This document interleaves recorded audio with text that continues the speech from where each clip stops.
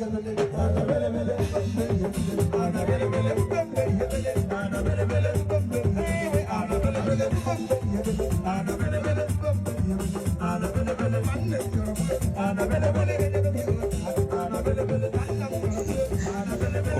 far, my brother? My brother, when more tall image area. You all, more tall image I got pushing Fundi. Pushing Divo, EJ is where Korean.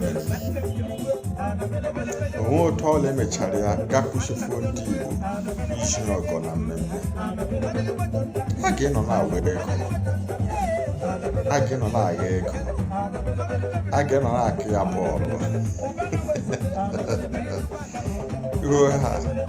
all also Nigeria. Ndị Igbo gị nọ na-ata fụfụ ma ha bịa mmemme agaghị nọ na-asa agaghị nọ na-agbara ọnụ agaghị nọ na-agbara aka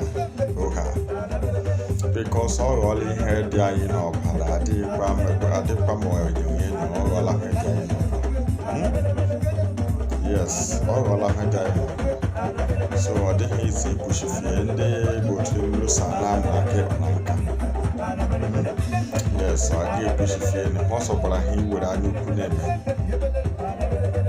otu onye egwuregwu si ọgaranya na-amị ego ogbenye na-amị anya ndị Igbo gị nọ na-amị ego ha ndị Naija na-amị anya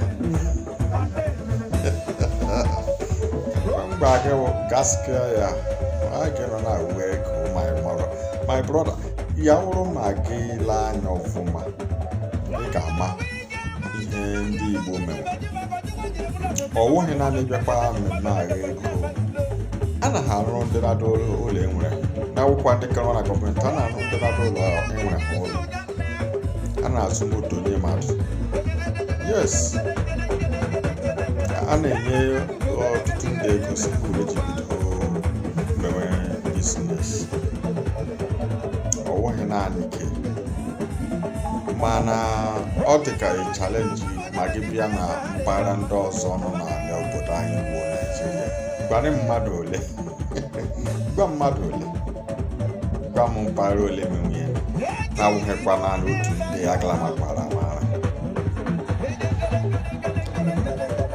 otu ndị ama ama gbademeghị ihe ọwụkwa non-government organization